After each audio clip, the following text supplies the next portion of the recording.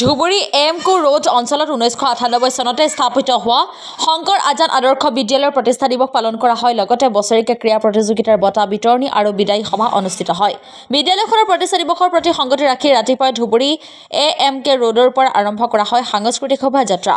শোভাযাত্ৰাৰ শুভাৰম্ভ কৰে বজাৰ নগৰ আৰক্ষী চকীৰ ভাৰপ্ৰাপ্ত বিষয়া শিৱজ্যোতি তামুলীয়ে। এই শোভাযাত্ৰা ধুবুৰী চহৰৰ বিভিন্ন স্থান অতিক্ৰম কৰি পুনৰ এমকো ৰোড অঞ্চলত সমাপন ঘটে।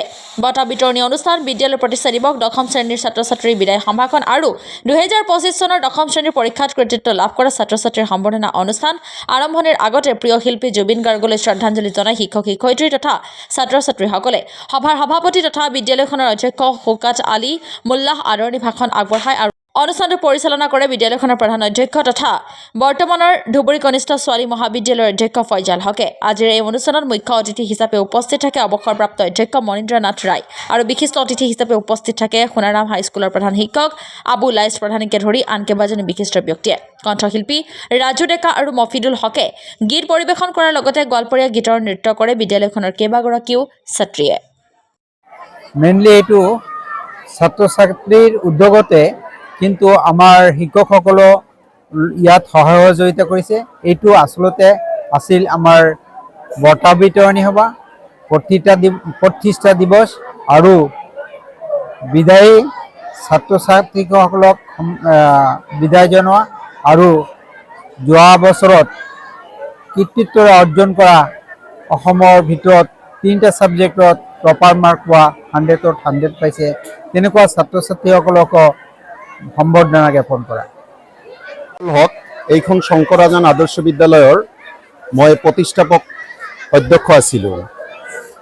এই ধুবুৰীৰ এমকো ৰোডত এটা মহান উদ্দেশ্য লৈ এই বিদ্যালয়খন স্থাপন কৰা হৈছে। সেইটো হৈছে মাতৃভাষা মাধ্যমৰ বিদ্যালয়, কিন্তু ইয়াত আমি ইংৰাজী ভাষাক অত্যাধিক গুৰুত্ব দিওঁ। যেনেকুৱা আমাৰ ছাত্ৰ ছাত্ৰীসকলে social science, general science, mathematics পঢ়িব, কিন্তু লগতে ছ'চিয়েল ছায়েন্সৰ ছাপ'জ সংবিধান, ইয়াৰ যে ইংৰাজীটো যে কনষ্টিটিউশ্যন, আজি সংসদ,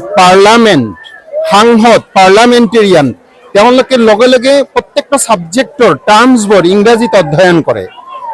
এতিয়া আমাৰ নেক্সট ষ্টেপটো হৈছে যে আমাৰ ছাত্ৰ ছাত্ৰীসকলে তেওঁলোকে বাক্যটো অৰ্থাৎ ইংলিছ মিডিয়ামত যেনেকৈ ছাত্ৰ ছাত্ৰীসকলে অধ্যয়ন কৰে, অসমীয়াত তেওঁলোকে পৰীক্ষা দিব, অসমীয়াত লিখিব, কিন্তু তেওঁলোকে সেইটো ইংৰাজীতো চৰ্চা কৰিব, যাতে আমাৰ উচ্চ শিক্ষা লাভৰ ক্ষেত্ৰত ছাত্ৰ ছাত্ৰীয়ে কোনো অসুবিধা লাভ নকৰে। আজি ভাল লাগিছে যে আমাৰ ইতিমধ্যে ভাল কৃতি ছাত্ৰ ছাত্ৰীসকলে যিসকলে হায়াৰ ছেকেণ্ডেৰীত পঢ়ি আছে, বিভিন্ন হায়াৰ ছেকেণ্ডেৰীত পঢ়ি আছে, তেওঁলোকে ইংৰাজী মাধ্যমত পঢ়ি আছে আৰু কোনো অসুবিধা হোৱা নাই বুলি কৈছে। কেৱল মাত্ৰ আমি ইংৰাজীত বেছি গুৰুত্ব দিয়াৰ কাৰণে আমাৰ এই শংকৰ আজান আদৰ্শ বিদ্যালয়খন অলপ ব্যতিক্ৰম ধৰ্মী। এইটো আমাৰ মাতৃভাষাৰ মাধ্যমৰ স্কুল, কিন্তু ইংলিছক আমি সদায় প্ৰাধান্য দিওঁ। এইটো উদ্দেশ্য লৈ এইটো কৰা হৈ আছে আৰু প্ৰাক্তন অধ্যক্ষ হিচাপে সদায় মনটো ইয়াত থাকে আৰু ভাল পাওঁ। আমাৰ এমকো ৰোডৰ ইয়াত জন্মস্থান, মই ইয়াৰে নাগৰিক, ইয়াৰে বাসিন্দা, গতিকে সদায় আহিয়ে থাকোঁ, অলপ চকু ৰাখোঁ আগন্তুক দিনত যাতে আমাৰ ছাত্ৰ ছাত্ৰীসকলে এইখন বিদ্যালয়ৰ পৰা আৰু ভাল ৰিজাল্ট কৰিব পাৰে, তাৰ কাৰণে আমি অলপ সদায় তেওঁলোকক উৎসাহ দিওঁ, এনেকুৱা অনুষ্ঠানত আহিয়ে থাকোঁ। তো আমাৰ এতিয়াও ভিডিঅ'বোৰ আছে। আমাৰ যিটো মৰ্ণিং এছেম্বলি হয়, মৰ্ণিং এছেম্বলিত ছাত্ৰ ছাত্ৰীসকলে ইংৰাজীত তেওঁলোকে বক্তৃতা দিয়ে।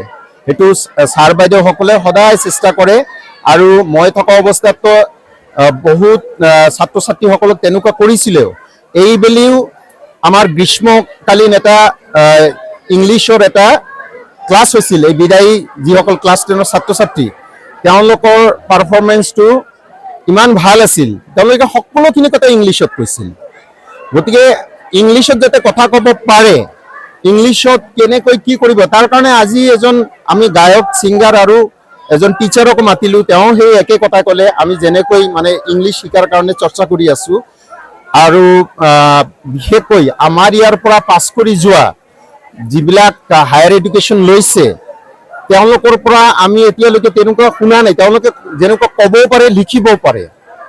অন্ততঃ আমি এইটো আহ্বান জনাম, সকলোখিনি নোৱাৰে, কিন্তু যিখিনি পাৰিছে আৰু যিসকলে পাৰা নাই তাৰ কাৰণে যদি আমি চেষ্টা অব্যাহত ৰাখোঁ তেনেহ'লে আগন্তুক দিনত আমি এইটো 100% ছাকচেছফুল হ'ব পাৰিম।